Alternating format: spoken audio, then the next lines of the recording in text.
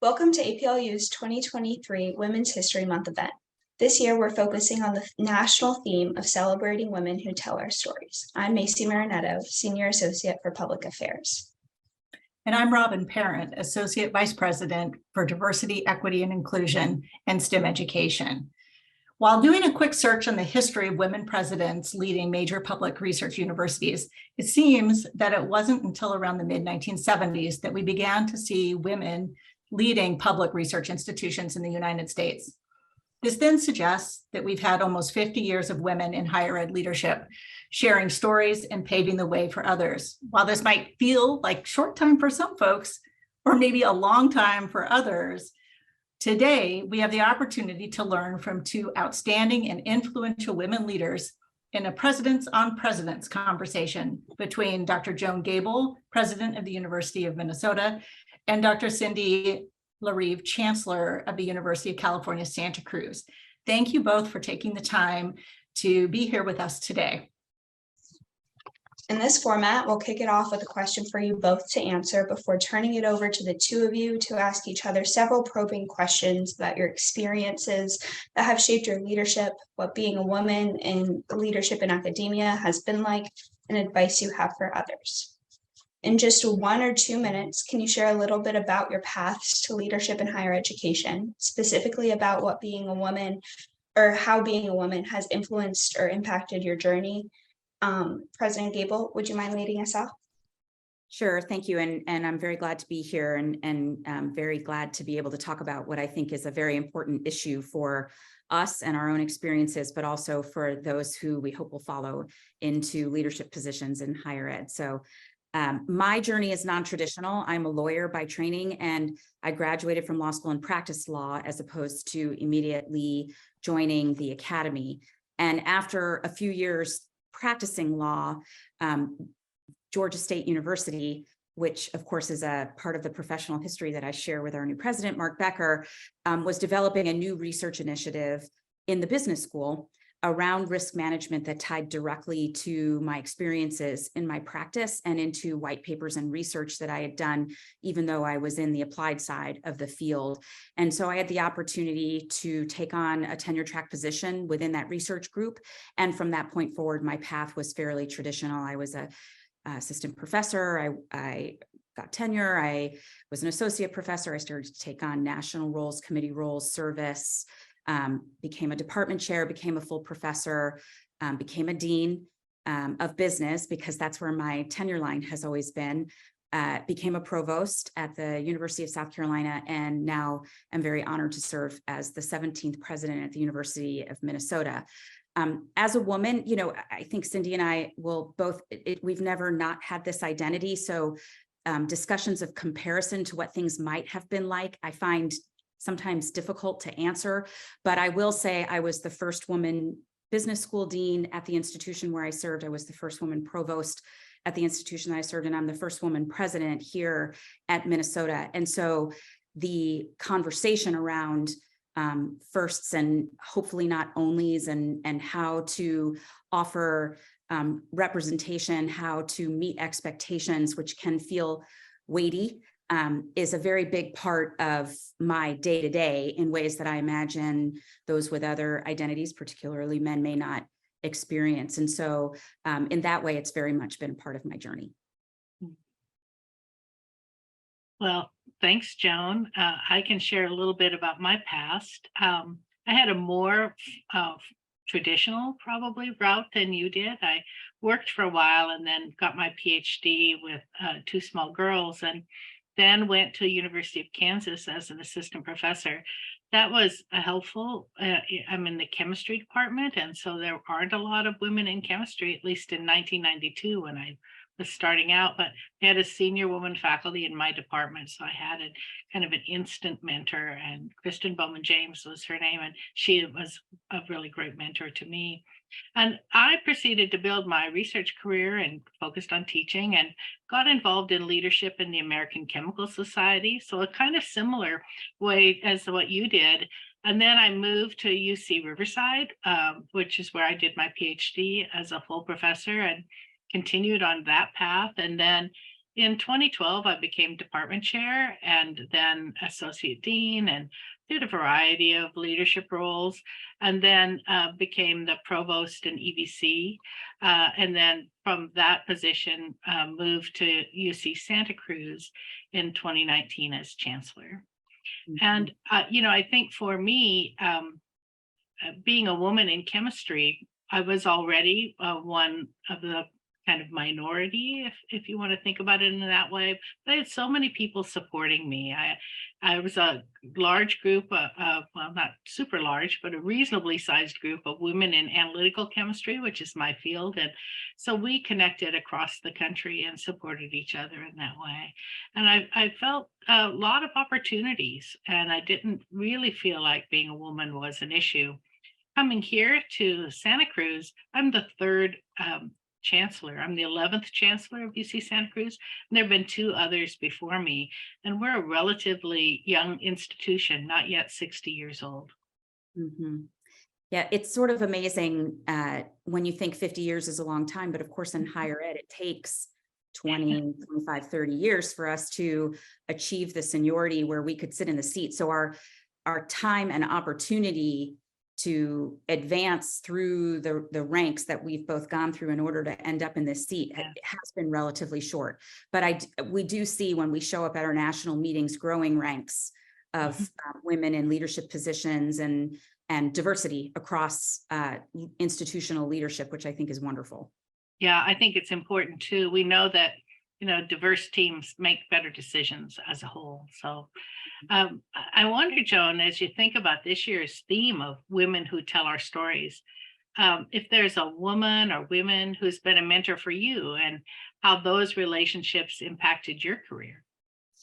Yeah, there have been several, and I've had several male mentors too. And this is something, of course, that I share when I talk to people about the value of mentorship is it can come in all shapes and sizes. So to be very open-minded about who you can include in your life, who would want you to be your best self, which I think is the qualifying attribute for someone to be a mentor. But I'll start a little bit cliche and talk about my mother, who was a Pan Am flight attendant in the 50s, very glamorous, and had a very a career of the times where her options, even though she was college educated, were something like what she did with Pan Am. And then when her flying career was over, she became a secretary, and then met my dad and had 4 children.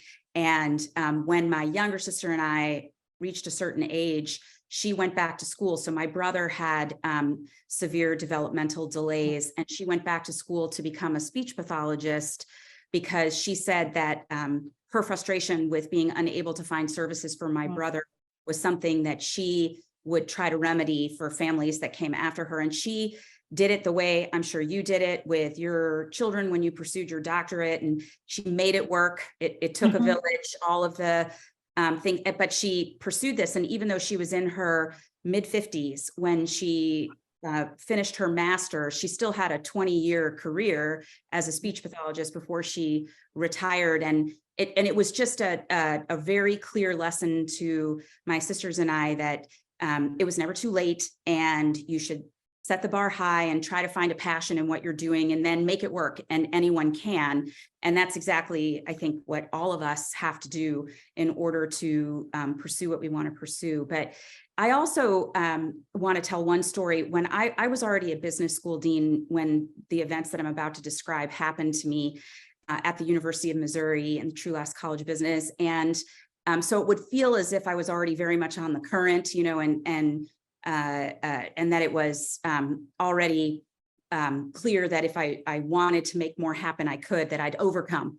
And we had an event in the community where a woman, there's an annual award in that community for women's leadership.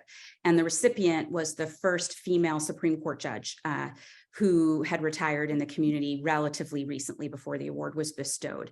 And she told stories of when she was a lawyer, which of course is how my career started too, of being mistaken for the court reporter, of having to force her way to the table.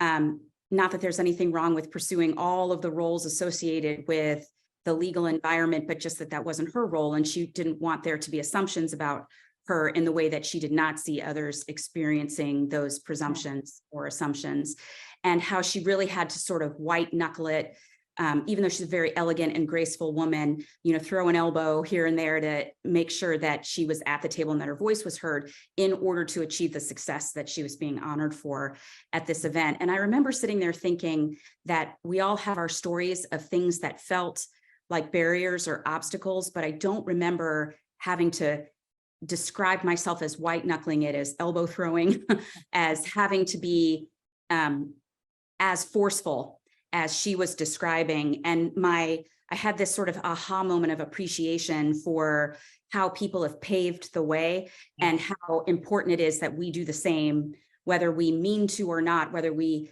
think that things are better or not. I think it still requires that intentionality. So even though that didn't direct my career choices going forward, it very much informed how I want to serve.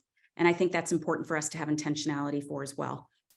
Yeah, I think that's right. And what I hear in your response to that story, as well as your mother's story, is a striving to make things better. And I think that's one of the things that attracts us into leadership roles. How do we improve things? And sometimes it's helping people deal with microaggressions. Sometimes they're just aggressions, right? And so while I think things are better, I know they're not perfect either. No, and I actually think this is an important point, because today we look around the room when we come to APLU meetings or other events, and we see more women than we ever did before. I mean, there's no question that the room looks different than it did when we started our careers, or even when we first entered our leadership roles, but it's still a male-dominated field without question. And there are still challenges and barriers that have probably or almost certainly prevented there being even more representation and diversity in the room that we are talking about. So how do you think that demography of higher ed has impacted your experiences leading, and what that might say or mean for others who are considering trying to pursue a leadership role? Yeah, I think it's an interesting question. It is true in terms of our colleagues kind of at the macro scale. Even with within the UC system, there are 10 campuses, and right now there are 2 women chancellors. I expect that will improve over time.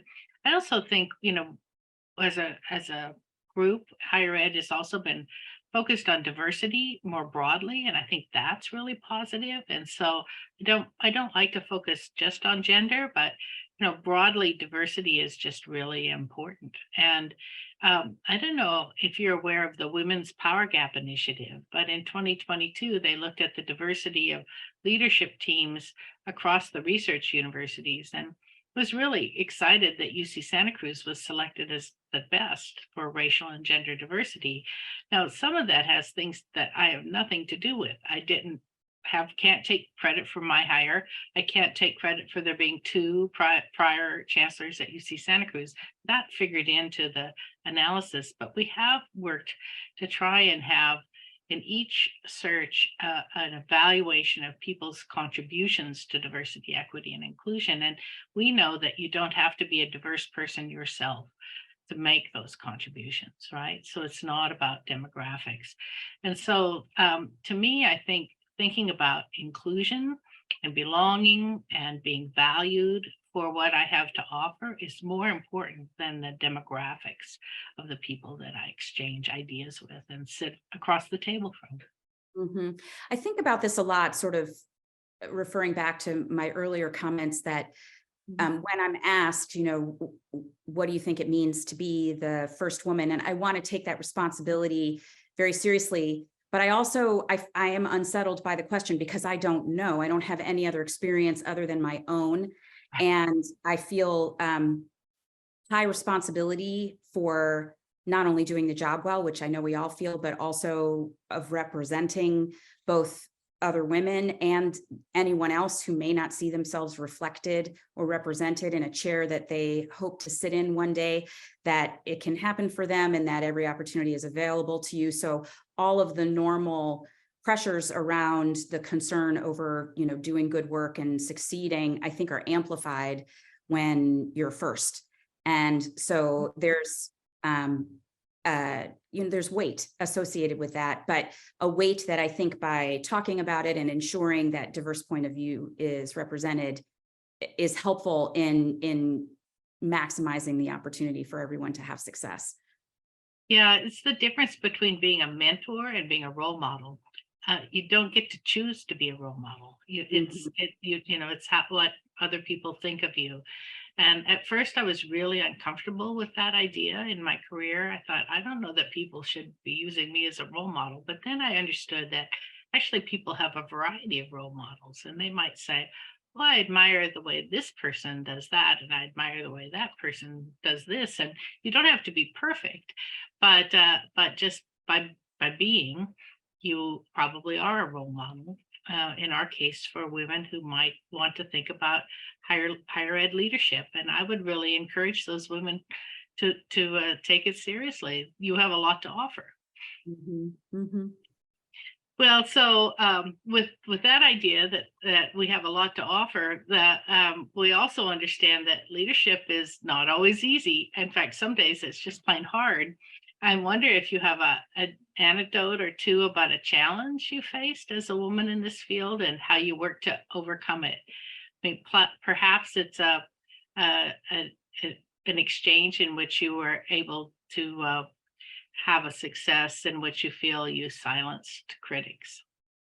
Yeah, I think, well, we've all had a lot of challenges lately, and they are painfully gender neutral lately Yes. in these roles and on university campuses, and higher ed is in a very difficult time nationally, politically.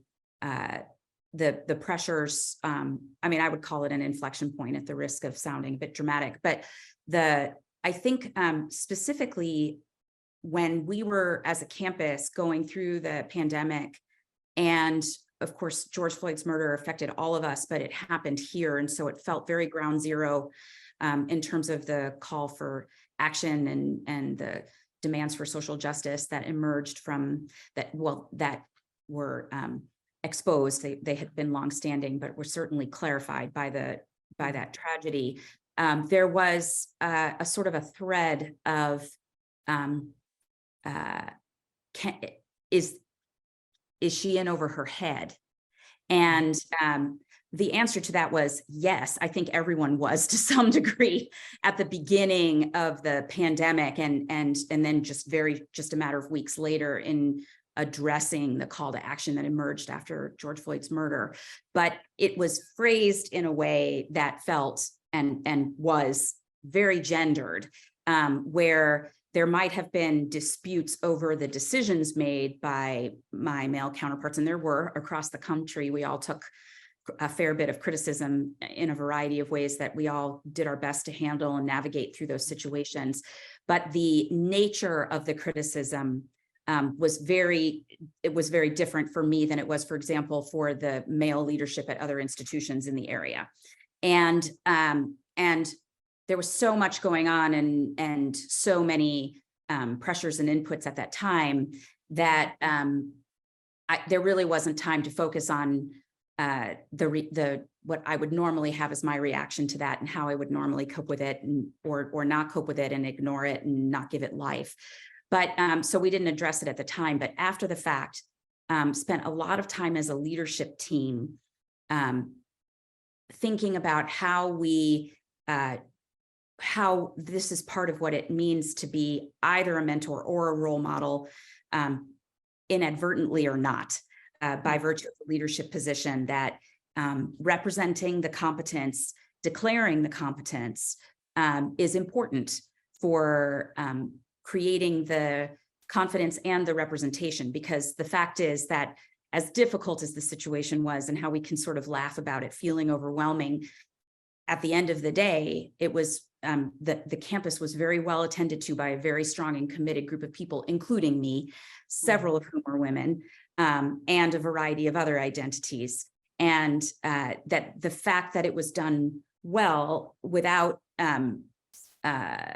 overstating or bragging, because one knows that the next challenge is, one phone call away, but ensuring that the quality of the outcomes are known and communicated to different stakeholders and constituents took on an additional importance, because I thought it was important not only for people to have trust in the institution, but they should have trust in the institution's leadership. And if that means I have to hold their hand through overcoming an implicit or maybe explicit bias, then I think that's part of what we need to do. And I think that's important for the institution and also for those who may eventually want to occupy the seat. Mhm. Did you experience anything like that? Yes, nothing quite like you had with the George Floyd murder. My heart went out to you. That must have been such a difficult time. But during COVID, I think that was the case. And from time to time, I think people do question, my decisions. Right now, we're going through a housing development that we are going to seek approval from our Board of Regents for later this week. And there's some still older alumni who question why we're moving ahead with that. They might question it if I was male too. It's hard to know, right? Because you can't do the control experiment. That's right. That's exactly right. So let's shift gears and think about the ways in which we are institutions of higher ed. We don't run corporate enterprise or other type of institution. And so our missions around teaching, research, and service can also be a part of what it means to honor and acknowledge women's history and to advance women's future. So some institutions are similar and some are different. And can you share with me and everyone else who might be listening ways in which Santa Cruz is supporting women leaders, students, faculty, and staff? Yeah, I can. We support women in the way that we support everybody. We try, as I said before, to be inclusive, and we don't provide often special programming that's exclusive to those groups, but we do have some faculty networking groups around a variety of identities, and those are, of course, open to everybody. For my new leaders, regardless of their demographics, often we'll get them a coach. I think that's a really helpful thing to do for new leaders, because you then have someone to ask questions of and to bounce ideas off of, or say, I experienced this, what do you think of that? And so I think coaching can be really helpful. We've also been focused on improving our diversity, equity, and inclusion and compliance landscape. So we have now equity ambassadors in each of our academic divisions, and we have associate deans for DEI in our academic divisions. That's what we have instead of colleges, because we have a residential college system, but everywhere else they're colleges. And we hired an ombuds. That was a gap on our campus. So really focusing on how to support new leaders through coaching and just casual conversation and supports from each other. And then thinking about ways that we really support everybody, and in a way that I hope helps leaders to emerge through a variety of different pathways and feel confident in that leadership. Mm-hmm.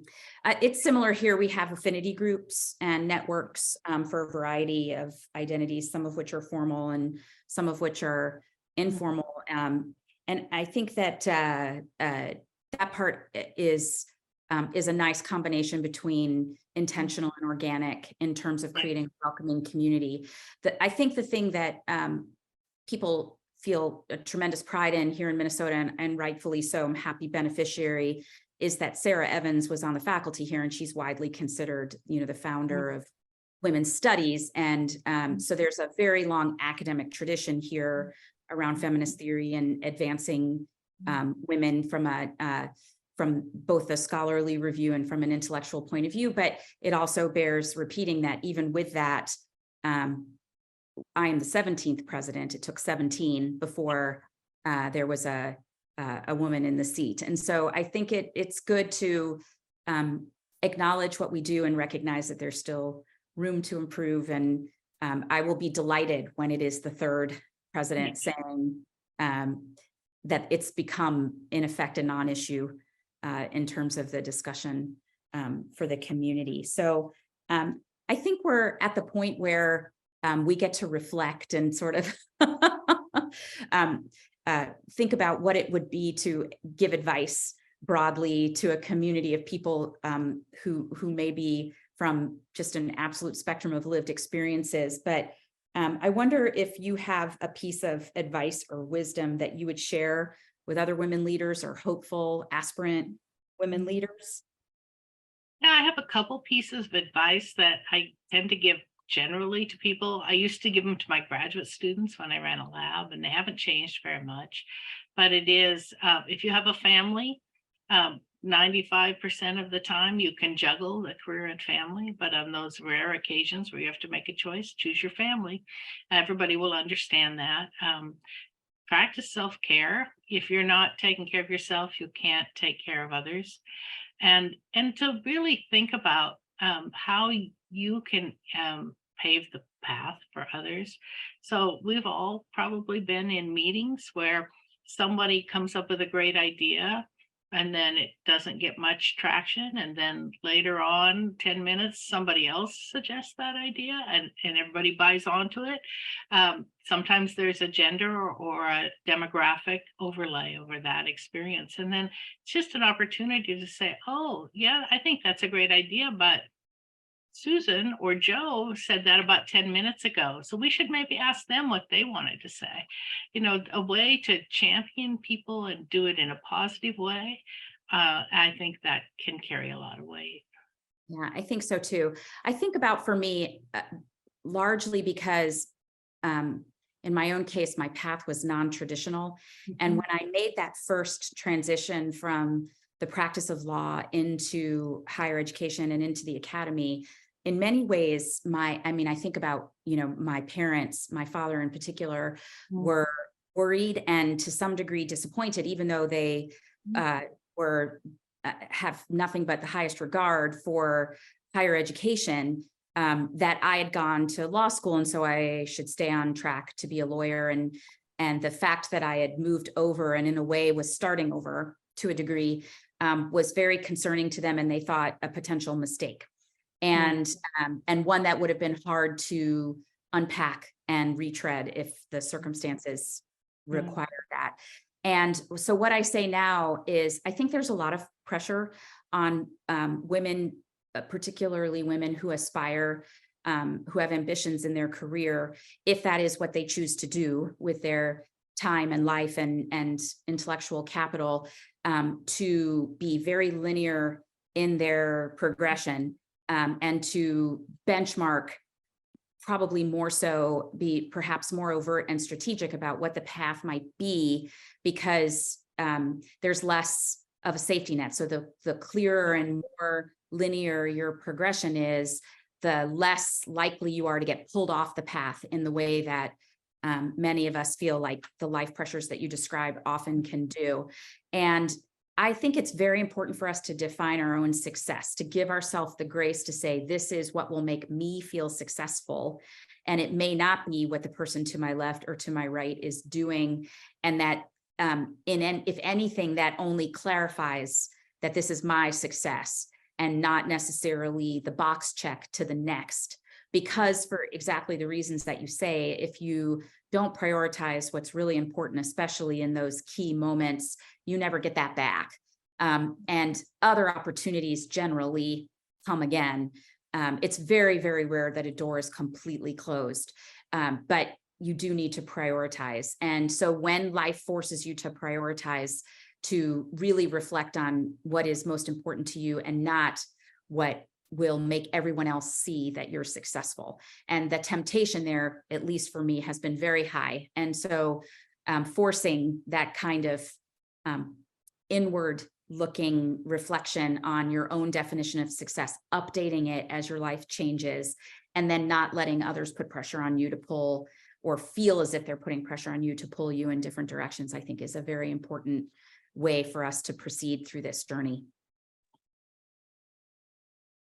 Yeah, I would agree. And I think your mother's a good example of that. If you're not open to changes in your direction, think what you might be leaving off the table. Exactly. I would love to thank you both. As somebody who has reached my career through academia in a very non-traditional path, I definitely felt some kindred spirits with the both of you. And the ideas around championing others, I think, are so important in how do we lift each other up. I mean, sometimes I think, media portrays women as in catfighting or, dominating different areas or being territorial, but in reality, lifting each other up. And women have had, thousands of years of historical coming together for various reasons. And academia is another space where you can do that to uphold each other. Just again, really appreciate it. I want to turn it over to Macy for a few last words. Thank you so much. I feel very honored to have had a front row seat to that conversation. And we just want to say thank you again, Chancellor Larive and President Gabel, for taking your time to engage with us and APLU today to share your stories and celebrate your stories of leadership. And we look forward to sharing this with everyone else. Thank you. Thank you. Thank you.